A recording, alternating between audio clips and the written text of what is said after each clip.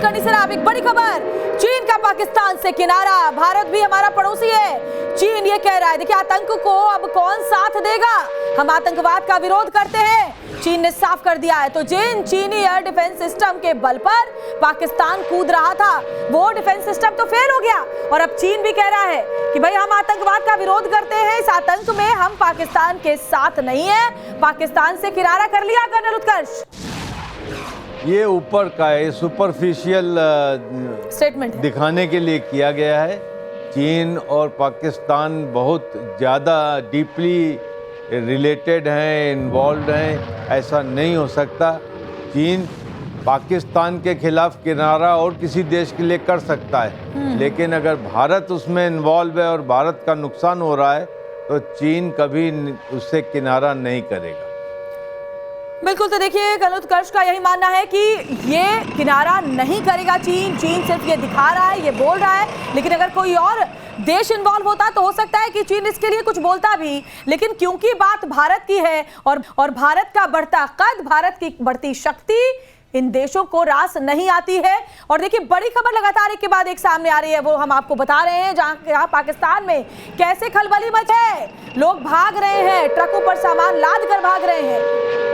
पाक फौज की सिंध छावनी में जहां एक तरफ दहशत मची हुई है, वहीं तमाम जो बड़े शहर हैं पाकिस्तान के, वहां अफरा तफरी देखी जा रही है। तो मौजूदा घटनाक्रमों से चिंतित है चीन, ये कह रहा है और ये भी कह रहा है कि हम आतंकवाद का विरोध करते हैं। उनका मास इवैक्यूएशन अभी चल रहा है। उनकी जो सिंध और पंजाब की जो छावनियां है, वहां पे मास इवैक्यूएशन चल रहा है। आप सोचिए क्या परिस्थिति होगी। मुझे दया आ रही है वहां के आवाम को लेके कि कैसी उनकी फौज जो है भगोड़ी है, वो ऐसे भाग रही है, खुद इवैक्यूएट कर रही है, तो वो अपनी आवाम को खुद ही भाग बचाएंगे। बिल्कुल, शहबाज शरीफ हो, असीम मुनीर हो, ये तो खुद अपने परिवार वालों को सेफली बंकर में छुपा रहे हैं, विदेश भेज रहे हैं। लेकिन एक बड़ी खबर आपको बताते हैं, जहां हिंदुस्तानी बॉर्डर के लोगों का जोश हाई है, अलग अलग राज्यों में जो सीमावर्ती राज्य हैं, वहां देखिए लोग कितने खुश हैं। नवभारत पर राजस्थान बॉर्डर की ग्राउंड रिपोर्ट, हमें मिसाइलें छू भी नहीं पाई, हिंदुस्तान के डिफेंस सिस्टम पर गर्व हर भारत का नागरिक कर रहा है। सुनिए। मतलब एकदम से जो हमला हुआ उसके कारण थोड़ा सा डर का माहौल ले गया, लेकिन फिर धीरे धीरे जो माहौल बना उससे मतलब जितनी भी मिसाइल आ रही थी वो मतलब एकदम से वो डिफ्यूज हो गई। और जो भी आर्मी और एयरफोर्स के ऊपर जो हमले हुए, एक भी हमला उनका कामयाब नहीं हुआ। जो भी टेक्नोलॉजी के कारण जितनी भी थी एकदम सुरक्षित है। और उसके बाद में अपनी जो हमारी जो तनोड़ माता है उसके ऊपर जो हमारी आस्था है वो एकदम पूरी हुई और सब कुछ मतलब बढ़िया रहा। डर का माहौल उसके बाद में एकदम, और उसके बाद 1965 और 1971 का युद्ध था, वहाँ पे भी सुरक्षित। 2025 में एक बार फिर हुआ और हल्का सा रात को डर का माहौल, और सुबह जैसे ही ये दिन की शुरुआत हुई है एकदम मतलब शांति का माहौल लगा, लोग घरों से बाहर आ रहे हैं और कर रहे हैं, खुशी का माहौल है। और चारों तरफ आप देखिए लड़ लेंगे, कोई दिक्कत वाली बात नहीं है। साथ है हम एयरफोर्स आर्मी और हम साथ है भारत देश के साथ में है, जो भी कार्य होगा देश के हित में होगा। रात को कैसी आवाज आ रही थी? रात को तो मतलब बम और साउंड की बहुत तेज आवाजें थी, लेकिन एक भी मतलब जमीन के ऊपर मतलब एक भी बम नहीं फटा। कर्नल उत्कर्ष, कल जो तस्वीरें हम सबने आसमान में देखी, उसने तो हर भारतवासी का सीना गर्व से और चौड़ा कर दिया। आसमान में पाकिस्तानी टुच्ची और चीप मिसाइलों को जैसे हमारे एयर डिफेंस सिस्टम ने ध्वस्त किया, हवा में ही टुकड़े टुकड़े कर दिए, उसके बाद आखिर ऐसा क्यों ना बोले भारतवासी? ये जो बात कही है अभी स्थानीय लोगों ने, ये अपनी सेना के ऊपर भरोसा कितना करते हैं, ये है कहने का ये मतलब है। अगर उन्होंने बोला कि हमारे को छू भी नहीं पाए, तो हमारी सेना के और उसके सिस्टम पर इतना भरोसा करते हैं, ये अमूल्य है। इस तरीके का मनोबल और मनोस्थिति अक्सर आप नहीं पा सकते, बड़ी मुश्किल से मिलती है। और यही चीज़ आप पाकिस्तान में देखिए, वो कह रहे हैं कि आसमानी बिजली गिर रही है, कोई खुदा को बोल रहा है तुम बचा लो। विश्वास में लेके चलते हैं। हमारी सरकार देखिए हमें एक एक चीज ब्रीफ कर रही है, हमारी एमए RSN सिंह सर एक एक बात हमें बता रही है। हिंदुस्तान का हर नागरिक अवेयर है कि क्या चल रहा है और बिल्कुल सटीक और सही जानकारी के साथ अवेयर है, इसीलिए कॉन्फिडेंस आ रहा है। बिल्कुल यही प्रजातंत्र की यही खासियत है। बोलिए सर, बोलिए। नहीं, मैं कह रहा हूँ प्रजातंत्र की यही खासियत है। और आपने देखा कि हमारे तब प्रजातंत्र है वो एक छोटा सा आपने जो क्लिप दिखाया ये मुल्ला मिलिट्री कंबाइन का, वो एक जिसको अंग्रेजी में कहते हैं माइक्रोकोज़म, वो एक छोटा पिक्चर है पाकिस्तान के बड़े पिक्चर का। और अब देखिए किस तरह से अल्लाह को इन्वोक किया जा रहा है। अब भाई अल्लाह तो बलूचियों के लिए भी अल्लाह है, तहरीक तालिबान पाकिस्तान के लिए भी अल्लाह है, अफगान तालिबान के लिए भी अल्लाह है, अहमदिया के लिए भी अल्लाह है, शियाज के लिए भी अल्लाह है। तो मैडम क्या है कि इस्लाम के नाम पे पाकिस्तान बना था और इस्लाम के नाम पर पाकिस्तान टूट रहा है। एक छोटी सी मैं एक और छोटी सी बात बता देता हूँ। चाइना की ये स्टेटमेंट आया है बिल्कुल कि हमारे दोनों पड़ोसी हैं। और एक बात मैं आपको बता दूं, चाहे आप कितने भी करीब हो, कोई भी देश अपने स्ट्रेटेजिक इंटरेस्ट को कंप्रोमाइज करके दूसरे देश के साथ अलाइन नहीं करना चाहता है, कॉम्प्रोमाइज करके।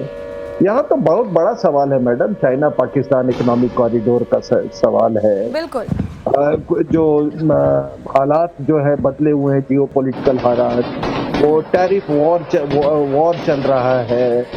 अब वो ताइवान पर फोकस करे या इधर फोकस करे। सही कह रहे हैं आप सर, बहुत सारी चुनौतियों से वो भी जूझ रहा है और पाकिस्तान तो हर मोर्चे पर गिरा हुआ है। एक और बड़ी खबर, भारतीय काउंटर अटैक से पाक में अफरा तफरी मची हुई है।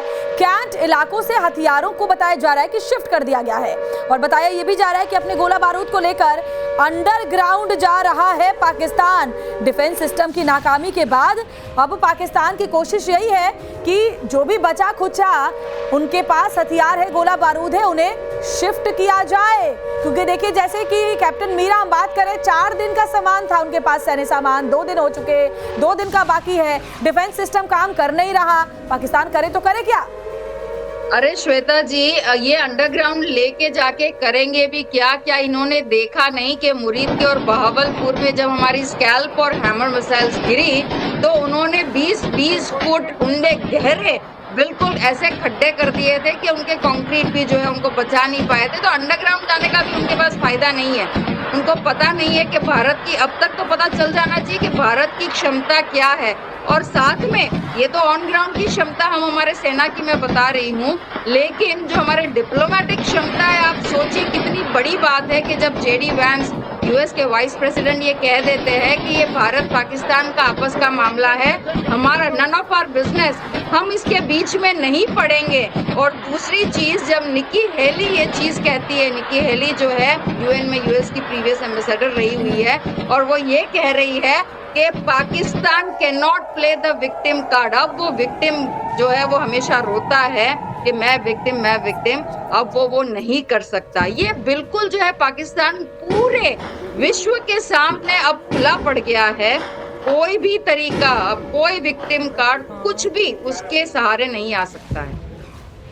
जी बिल्कुल सही कह रही है आप कैप्टन मीरा। एक बहुत बड़ी खबर और सामने आ रही है, सांबा में पाकिस्तानी आतंकियों की मौत की जानकारी मिल रही है। भारतीय सेना ने आतंकियों का खात्मा किया है। सांबा में पाकिस्तानी आतंकियों की मौत की जानकारी, भारतीय सेना ने अपने अटैक में इन आतंकियों को खत्म कर दिया है, मिट्टी में मिला दिया है। तो यही अंतर है, पाकिस्तान हमारे सिविलियंस को निशाना बना रहा है और भारत टेरर कैंप्स के ऊपर अटैक कर रहा है, आतंकियों को मिट्टी में मिला रहा है। तो ये बड़ी जानकारी सांबा से इस वक्त सामने आ रही है। भारतीय सेना ने आतंकियों को खत्म कर दिया, नेस्तनाबूद कर दिया, मिट्टी में मिला दिया।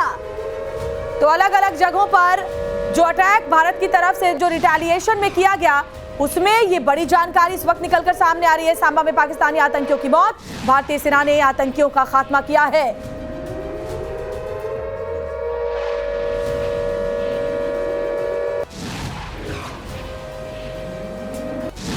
और सांबा में देखिए जो घुसपैठ पाकिस्तान की तरफ से हुई थी, उसके बाद ये भारतीय सेना ने एक्शन लिया है।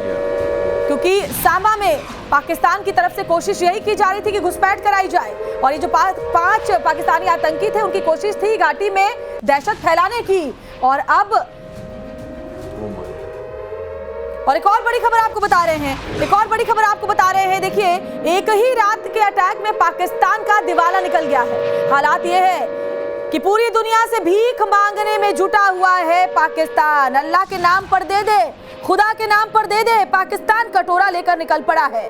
और ये बड़ी खबर, बड़ी जानकारी हम आपको दे रहे हैं कि बाद एक, लेकिन पाकिस्तान ने ये सोचा भी नहीं कि क्या होगा, पाकिस्तान ने ये समझा भी नहीं कि क्या उसके ऊपर इसका असर हो सकता है। और जो उसने किया, उसके बाद एक रात में जो रिटेलिएशन, कर्नल शैलेंद्र भी मेरे साथ जुड़ गए हैं, पूरी दुनिया से भीख मांगने में जुट गया। आप देखिए जरा colonel Shailendra, victim card Pakistan हमेशा खेलता है, लेकिन अब खुद को इस सिचुएशन में एक बार फिर से पीड़ित बताकर, कंगाल बताकर कटोरा लेकर निकल पड़ा है। जय हिंद, नमस्कार।